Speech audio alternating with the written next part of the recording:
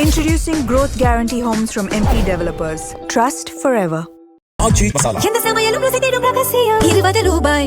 பெண்கள் துணைவேந்தர் ரொம்ப கம்மி. ஜவஹர்லால் நேரு பல்கலைக்கழகத்தில் நான் தான் முதல் பெண் துணைவேந்தர்.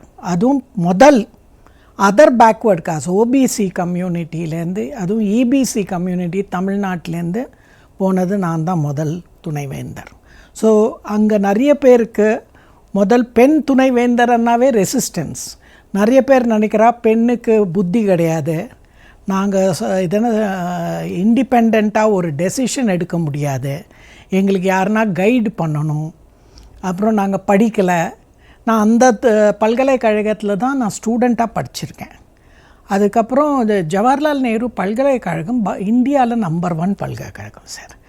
இப்போ ஒரு 5% உங்களுக்கு இந்த லுனாட்டிக் ஃப்ரிஞ்ச் இருக்கலாம், ஆனால் 90 to 95% அங்கே இருக்கிற ஃபேக்கல்ட்டி, ஸ்டூடெண்ட்ஸு எல்லாரும் ஸ்டாஃபு நல்லவங்க சார். And staff one of the best. இன்றைக்கி கூட ஜவஹர்லால் நேரு பல்கலைக்கழகத்தில் நம்ம சென்ட்ரல் கவர்மெண்ட்டால் ₹10 ₹20 ஃபீஸ் சார். எந்த பல்கலைக்கழகத்தில் இந்த ஃபீஸை கொடுத்து இந்தியாவுக்கு நம்பர் 1 பல்கலைக்கழகம் QS ரேங்கிங்ஸில் கூட ஐஐடியோட கம்பீட் பண்ணுறது ஒரே பல்கலைக்கழகம் ஜவஹர்லால் நேரு பல்கலைக்கழகம் சார். ரொம்ப இன்டெலிஜென்ட் ஸ்டூடெண்ட்ஸ் வராங்க. இவங்கெல்லாம் ரொம்ப புவர் ஃபேமிலிஸ்லேருந்து வராங்க. எங்களுக்கு டெப்ரிவேஷன் பாயிண்ட்ஸ்னு ஒரு செப்பரேட் ஃபீச்சர் இருக்குது ஜேஎன்யூவில். ரொம்ப பேக்வேர்ட் டிஸ்ட்ரிக்ட்லேருந்து எந்தெந்த ஸ்டூடெண்ட் வராங்க. Reserved category 70% students sir. ரொம்ப அவங்க எப்பயும் ஒரு பல்கலைக்கழகமே பார்க்காதவங்க கூட வராங்க. ஏன்னா இந்த மாதிரி ஃபீஸ் எங்கேயும் கிடைக்காது. ஸோ அதால் இப்போ நாங்கள் என்ன பண்ணியிருக்கோம்ல, CUET நெட்டு போட்டதால் 15 ஸ்டேட்ஸ்லேருந்து ஸ்டூடெண்ட்ஸ் வராங்க.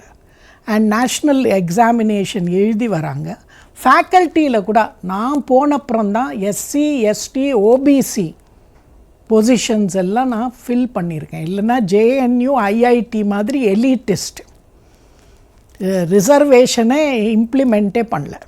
இப்போ நாங்கள் லிட்ரலி பேக்லாக் இல்லாத ரிசர்வேஷன் இம்ப்ளிமெண்ட் பண்ணியிருக்கோம். அதுதான் டிஃப்ரென்ஸ் வருது. ஏன்னா தமிழ்நாட்டு மாதிரி ப்ரோக்ரெசிவ் ஸ்டேட்லேருந்து ஒரு பெண் துணைவேந்தர் போகிறது அது டிஃப்ரென்ஸு. அண்ட் இன்னொன்று சொல்லணும், நிறைய பேர் நீங்கள் இப்போ நம்ம பிரைம் மினிஸ்டர் மோடி பக்கத்துலேருந்து போன உடனே அவங்க நினைக்கிறாங்க நம்ம எல்லாம் ஒரு கொள்கையிலேருந்து வரோன்னு. எந்த கொள்கையிலேருந்து வந்தால் கூட நான் ஒரு அகாடமிக், நான் ஒரு ரிசர்ச், நான் ஒரு டீச்சராக இருந்திருக்கேன் 35-40 வருஷம் பூனே யூனிவர்சிட்டியில் சாவித்ரிபாய் பூலே. நாங்கள் அவ்வளோ ஐடியாலஜிக்கலாக பயஸ்டாக இருக்க முடியாது. கிளாஸுக்கு போகிறப்ப ஃபேக்ட்ஸ் தான் கற்றுக் கொடுக்கணும். அண்ட் ஒன்று JNUவில் 90% ஸ்டூடெண்ட்ஸ் சார் ரொம்ப நல்ல ஸ்டூடெண்ட்ஸ். உங்களுக்கு தெரியும், ஜெய்சங்கர், நிர்மலா சீதாராமன் எல்லாரும், இப்போ Tajinder Singh Sandhu lieutenant governor of Delhi, எல்லா JNU ஸ்டூடெண்ட்ஸ். புது செக்ரட்டரி ஆஃப் எஜுகேஷன் அந்த அம்மா கூட JNU student. So JNU students 30% bureaucracy. எப்படி இந்த ஸ்டூடெண்ட்ஸே இங்கே கொஞ்சம் ரெவல்யூஷனரியாக இருந்துட்டு அங்கே கேள்வி கேட்பாங்க சார். ஒன்று JNU ஸ்டூடெண்ட்ஸ் கிட்ட நீங்கள் பார்க்குறேன்னா நம்ம என்ன சொல்லுறோம் அது கேட்டுக்க மாட்டாங்க, கேள்வி கேட்பாங்க. ஸோ அதுக்கு நம்ம ரெடியாக இருக்கணும் கேள்வி கேட்குறதுக்கு. ஆர்கியூமெண்டேட்டிவ் இந்தியன், நம்ம என்ன சொன்னால் கூட அவங்க எதான திருப்பி கேள்வி கேட்பாங்க சார். ஒன்று, மாணவர் மன்றம் இருக்கிறது கரெக்ட். இண்டிபெண்ட்டாக மாணவர் இஷ்யூக்கு யூனிவர்சிட்டியில் என்ன நடக்கிறது, நான் இப்போ ஒரு கிளாஸ் எடுக்கலைன்னா ஏன் எடுக்கலை, நான் சரியாக கற்றுக் கொடுக்கலன்னா ஏன் சரியாக கற்றுக் கொடுக்கல, அதெல்லாம் சொன்னால் பரவாயில்ல. ஆனால் அரசியல் எடுத்துன்னு நீ அரசியல்வாதி ஆகிறதுக்கு, நாளைக்கு நீ ஏதோ லீடருக்கு ஆகிறதுக்கு வெளியில் இங்கே ட்ரைனிங் பண்ணுறது ரொம்ப தப்பு. ஏன்னா அதால் என்ன ஆகுது, வெளியிலேருந்து காசு கிடைக்கிறது, இவங்களுக்கு வெளியிலேருந்து சப்போர்ட் வேறு கிடைக்கிறது. அதுக்கப்புறம் அவங்க யூனிவர்சிட்டியோட இஷ்யூஸே ஒன்றும் பண்ணுறது கிடையாது, அவங்க எஜெண்டா நடத்துகிறாங்க. அப்புறம் இப்போ என்ன அந்த எஜெண்டா நடத்துகிறப்ப என்ன ஆகுது, கோபல்ஸ் மாதிரி ஒரு பொய் சொல்லி அது 10 வாட்டி ரிப்பீட் பண்ணிட்டா அது உண்மை ஆகிடும்னு அவங்க நினைக்கிறாங்க. கவர்மெண்ட் அட்லீஸ்ட் 10 வருஷமாக கல்விக்கு அவ்வளோ இம்பார்ட்டன்ஸ் கொடுக்கல. முரளி மனோகர் ஜோஷிக்கு அப்புறம் ஒரு ரொம்ப நல்ல மந்திரியை கூட எடுத்துன்னு வரல. ஏன்னா இங்கே நம்ம கல்வி ரொம்ப இம்பார்ட்டண்ட். எந்த கவர்மெண்ட்டுக்கான கல்வியில் முதல் நீங்கள் இம்பார்ட்டன்ஸ் கொடுக்கணும். ஏன்னா கல்வியில் தான் ஏன்னா நான் எப்பயும் சொல்கிறது, பொலிட்டிக்கல் பவர் மெயின்டைன் பண்ணணுன்னா நரேட்டிவ் பவர் இருக்கணும். அந்த இப்போ நீங்கள் பாருங்கள், இப்போ நம்ம தமிழ்நாட்டில் கூட ஐடியாலஜி என்னன்னா செல்ஃப் ரெஸ்பெக்ட் மூவ்மெண்ட். அது நிறைய பேருக்கு அந்த மாதிரி ஒரு ஐடியாலஜிக்கல் மூவ்மெண்ட் இங்கே இவங்க எடுத்துன்னு வரணும். அதை எடுத்துன்னு வர அதை நம்ம சும்மா இதென்ன மாற்றணுன்னா ரொம்ப கஷ்டம். அண்டு இதென்ன என்இபி எல்லாம் நன்னா தான் இருக்குது, ஆனால் அதுக்கு இம்ப்ளிமெண்டேஷன் அண்ட் நம்ம இன்னும் கல்வியில் 3.6% தான் ஜிடிபி இன்னும் கொடுக்குறோம். ஆனால் நம்பர் ஆஃப் சென்ட்ரல் யூனிவர்சிட்டிஸ் 7லேருந்து 46 பண்ணியாச்சு. ஆனால் அந்த பர்சன்டேஜே ஏற்றலை. 6% அட்லீஸ்ட் பண்ணணும், இல்லை அட்லீஸ்ட் டபுள் டிஜிட் இருக்கணும். நீங்கள் பாருங்கள், கொரியா, சைனா, இந்தியாவோடைய சுதந்திரம் கிடச்சிது அவங்களுக்கு 1947-49. அவங்க 15% ஆஃப் ஜிடிபி கல்விக்கு வச்சுருக்காங்க. நம்ம என்ன 3.7% வச்சுட்டு நீங்கள் எங்கே அவங்களோட கம்பீட் பண்ண முடியும்? நிறைய இன்க்ரீஸ் ஆகிருக்காங்க அங்கே. ஏன்னா ஜேஎன்யூலேயே நான் போனப்போ கோவிடால், அப்புறம் எங்கள் அந்த ரகலால் நிறைய பேர் இது என்ன கேர்ள்ஸ் ஸ்டூடெண்ட்ஸ் அனுப்புறதுக்கு பயப்படுத்து. ஏன்னா இந்த மாதிரி ரகலை நடந்தால் நம்ம பொண்ணுங்களுக்கு என்ன ஆகும். ஆனால் இப்போ நாங்கள் இது என்ன பீஸ் இதெல்லாம் பண்ணப்போருந்து 22லேருந்து கேர்ள்ஸ் ஸ்டூடெண்ட்ஸ் நம்பர்ஸ், பாய்ஸ் இப்போ நிறைய டிகிரிஸ் நிறைய கோர்சஸில் கேர்ள்ஸ் தான் நிறைய பேர் பாஸ் ஆகிறாங்க. இப்போ பாய்ஸ்க்கு தான் ரிசர்வேஷன் கொடுக்கணும், அந்த கதி வந்திருக்கு. அதால் என்ன ஆகுது, பெண்கள் வராங்க. ஆனால் பெண்களுக்கு ப்ராப்ளம் என்ன ஆகுதுன்னா, அவங்க ரிசர்ச்சு இதுக்கு கண்டினியூ பண்ணுறாங்களா இல்லையா அதுவும் பார்க்கணும் நம்ம. இப்போ கவர்மெண்ட் நிறைய பெனிஃபிட்ஸ் கொடுத்துருக்காங்க இவங்களுக்கு. பட் அந்த பெனிஃபிட்ஸ் எல்லாம் இவங்க எடுத்துட்டு அதை உபயோகம் பண்ணிட்டு பண்ணணும். இப்போ இல்லை, அவ்வளவா ஸ்கில் பேஸ்ட் இருக்கணும். ஏன்னா அது இண்டஸ்ட்ரி அண்டு யூனிவர்சிட்டி கனெக்டே கிடையாது நம்மக்கிட்ட. இப்போ இண்டஸ்ட்ரிக்கு என்ன வேணும் அது நம்ம இதென்ன இந்த கோர்சஸ் அந்த மாதிரி நம்ம பண்ணுறது கிடையாது. ஸோ அந்த கனெக்ட் பண்ணியே ஆகணும். இப்போ இந்தியாவில் அந்த கனெக்டே இல்லை. ஆனால் இன்னொன்று என்னென்னா, சும்மா ஸ்டெம்முன்னா நடக்காது. உங்களுக்கு அதோட ஹியூமனிட்டிஸ், லாங்குவேஜஸ் எல்லாம் வேணும். இப்போ நீங்கள் நம்ம ஏன்ஷியன்ட் பீரியடில் இதென்ன கிரேட் ஸ்காலர்ஸ் பார்த்திங்கன்னா எல்லோரும் இந்த பொயட்ரி த்ரூ மேத்தமேட்டிக்ஸ் சொல்லியிருக்காங்க. ஆரியபட்டா எடுத்துக்கோங்க, இல்லைன்னா இதென்ன நம்ம கணக்கு மகரிஷி கெமிஸ்ட்ரி, பரமாணு பற்றி பேசியிருக்காரு. எல்லோரும் நீங்கள் பார்த்தீங்கன்னா கம்ப்ளீட் ஹோலிஸ்டிக் நாலேஜ். இப்போ நான் மேத்தமேட்டிக்ஸில் ஜீனியஸாக இருக்கேன்னா அதுக்கு நான் மியூசிக் படித்தா கூட நன்னா பண்ண முடியும். நிறைய பேர்ன்றாங்க மியூசிக்கில் இருக்கிற மீட்டர் அது உங்களுக்கு இதென்ன மேத்தமேட்டிக்ஸ்க்கு ரொம்ப க்ளோஸாக இருக்குன்னு. ஸோ அந்த மாதிரி நீங்கள் பார்த்தீங்களன்னா, ஆனால் தமிழ்நாடு மாதிரி நீங்கள் இப்போ கார்பன் டேட்டிங் ஆகிருக்கு. கீழடி லிட்ரலி 10,000 இயர்ஸ் ஓல்டுன்றாங்க. இப்போ இண்டஸ் வேல்யூம் கீழடி மோரலெஸ் சேம் பீரியட் ஆர் கோட்டர்மினஸ்ன்றாங்க. கொண்டு வர ரொம்ப ட்ரை பண்ணுறாங்க அது. ஆனால் நீங்கள் அதுக்கு ஜிடிபி கல்விக்கு எவ்வளோ நீங்கள் இதுன்னா அதில் நீங்கள் இன்வெஸ்ட்மெண்ட் பண்ணுறீங்க, மானிட்ரி இன்வெஸ்ட்மெண்ட் இன்க்ரீஸ் ஆனால் தான் அது ப்ரைவேட்டாக இருக்கட்டும் பப்ளிக்காக இருக்கட்டும் கவர்மெண்ட்டு நீங்கள் 3.6% வச்சுட்டு பண்ண முடியாது. ஏன்னா நீங்கள் நம்பர் ஆஃப் யூனிவர்சிட்டிஸ் ஜாஸ்தியாக இருக்குது, பல்கலைக்கழகம் ஐஐடி கூட ஜாஸ்தியாக இருக்குது, ஐஐஎம் கூட ஜாஸ்தியாக இருக்குது. எங்கேருந்து நீங்கள் அதே பர்சன்டேஜை வச்சுட்டு இத்தனை பேருக்கு நீங்கள் சம்பளம் கொடுக்க போகிறீங்க? அப்புறம் இன்னும் வாத்தியாரங்களுக்கு பர்மனண்ட் பொசிஷன் கொடுக்கணுங்க. இந்த கான்ட்ராக்ட் எல்லாம் வச்சுட்டு டெம்பரரி வச்சுட்டா கல்வி துணை ரொம்ப கஷ்டப்படும். முதல் இன்வெஸ்ட்மெண்ட் போகணும் மேலே, அது போனால் தான். நம்பர் 2 இது என்ன, நம்ம டைவர்சிட்டி மெயின்டைன் பண்ணணும். எல்லாரும் ஒரே மாதிரி தான் படிக்கணும், ஒரே மாதிரி தான் இருக்கணும், அதெல்லாம். அந்த டைவர்சிட்டி இருந்தால் தான் நம்மளுக்கு அந்த, ஏன்னா நீங்கள் பாருங்கள், பிரசிடென்சி காலேஜ் மாதிரி கல்லூரியிலேருந்து 2 ஃபிசிக்ஸ் நோபல் ப்ரைஸ் வின்னர்ஸ் கொடுத்துருக்கோம் நம்ம, சிவி ராமன் அண்ட் சுப்பிரமணியம் சந்திரசேகர். அந்த மாதிரி கல்வி இருந்துட்டாங்க, அது டைவர்சிட்டியால். ஸோ அதால் நான் சொல்கிறது என்னென்னா, அந்த மாதிரி கல்வி டைவர்சிட்டி இருந்தாலும் அப்புறம் ஸ்டேட் யூனிவர்சிட்டிஸ்க்கு ஸ்ட்ரென்தன் பண்ணணும். அங்கே சென்ட்ரல் கவர்மெண்ட் முன்ன ஸ்டேட் யூனிவர்சிட்டி கூட ஒரு அமௌண்ட் கொடுத்துருந்தாங்க, அது கொடுக்கணும். ஏன்னா சும்மா சென்ட்ரல் யூனிவர்சிட்டிஸ் இருக்கிற யூனிவர்சிட்டி நம்பரை ஏற்றாத இருக்கிற பல்கலைக்கழகத்தில் ஸ்ட்ரென்தன் பண்ணணும். ஏன்னா நம்பர் ஏற்றுனா நம்ம அவ்வளோ இதென்ன இன்வெஸ்ட்மெண்ட் பண்ணல. இப்போ நான் இன்வெஸ்ட்மெண்ட் 15% எடுத்துன்னு போகிறேன்னா பரவாயில்ல, நான் 3.6 வச்சுட்டே நான் நம்பரை ஏற்றுனா டைல்யூஷன் ஆகிடும். அதனால் அது அப்புறம் ஸ்டேட் யூனிவர்சிட்டிஸ் இன்றைக்கி நீங்கள் பார்த்தா ரொம்ப பரிதாப இதில் இருக்காங்க. நான் சென்னை பல்கலைக்கழகம் நீங்கள் எடுத்துட்டா கூட பிரசிடென்சி காலேஜ், என் காலேஜ் இப்போ ரொம்ப இதென்ன அவ்வளோ அந்த இதென்ன பல்கலைக்கழகம் எப்படி இருந்தது அப்படி இல்லை இப்போ. ஏன்னா மெயின்லி பிகாஸ் ஆஃப் கேஷ் ட்ராப்னஸ், நம்மளுக்கு அந்த காசு கிடையாது ஸ்டேட் கவர்மெண்ட்ஸ் கிட்ட, அது ரொம்ப important. Number 2 skill paste education எடுத்துன்னு வரணும். ஏன்னா எல்லாருக்கும் வேலை வேணும். இது எதுக்கு படிக்கிறோம் நம்ம, ஞானி இல்லைன்னா சன்னியாசி ஆகிறதுக்கு படிக்கிறது கிடையாது, ஒரு வேலை கிடைக்கணும், ஆனால் டீசெண்டான வேலை கிடைக்கணும். இங்கே நான் எம்ஏ பிஹெச்டி பண்ணிட்டு பியூன் வேலைக்கு போனோன்னா ரொம்ப கஷ்டங்க.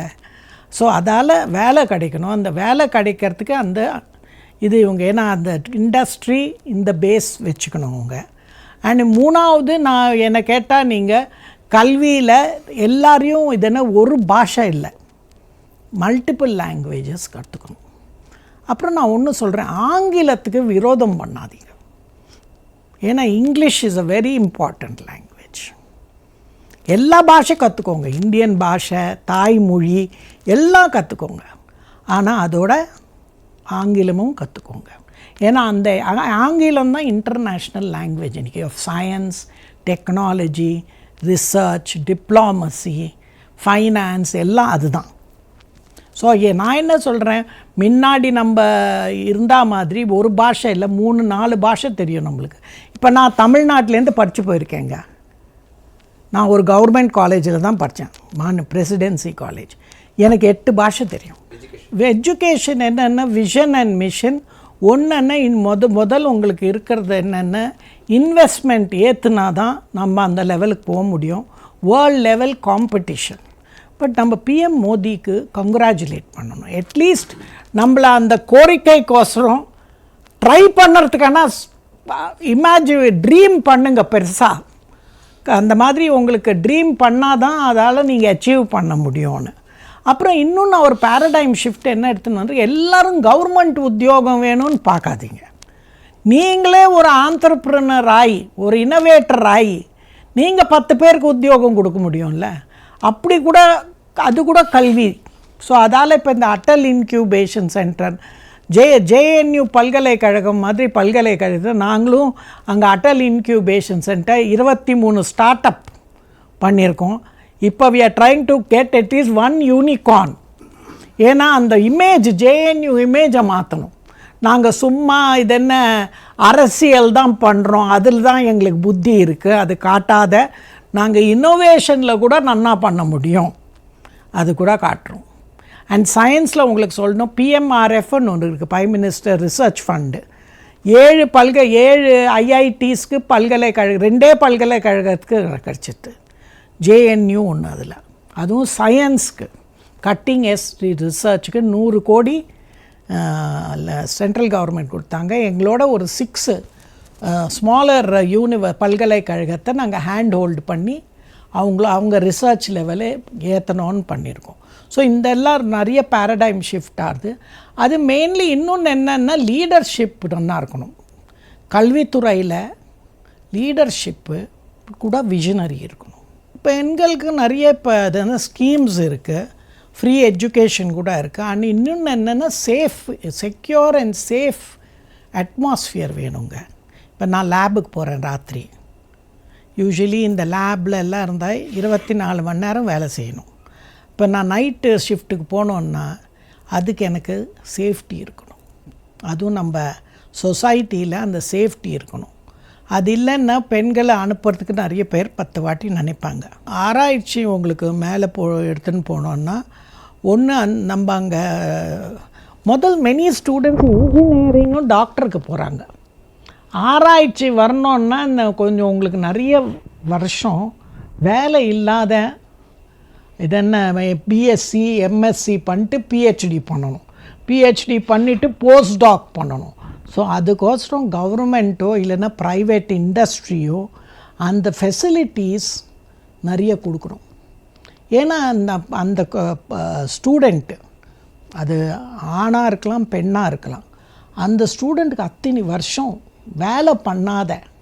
ஸோ நீங்கள் ஃபெலோஷிப் கொடுங்க, விச் இஸ் ஈக்குவல் டு இதென்ன ஒரு சேலரி. அட்லீஸ்ட்டு வீட்டில் பேரண்ட்ஸ் யாருன்னா டிபெண்ட்டாக இருந்தால், ஃபேமிலி டிபெண்ட்டாக இருந்தால் the student can earn. So அந்த ஃபெசிலிட்டி கொடுங்க. You have to make research attractive. இங்கே வந்தால் நீங்கள் இப்போ நான் இன்ஜினியருக்கே நான் உடனே இன்ஜினியர் இப்போ நீங்கள் சவுத்தில் பார்த்தா எங்கே பார்த்தா எல்லோரும் இன்ஜினியரிங் இல்லைன்னா டாக்டர். ஏன்னா அந்த 5 வருஷம் முடிச்சுட்டா எனக்கு வேலை கிடைக்கிறதுங்க.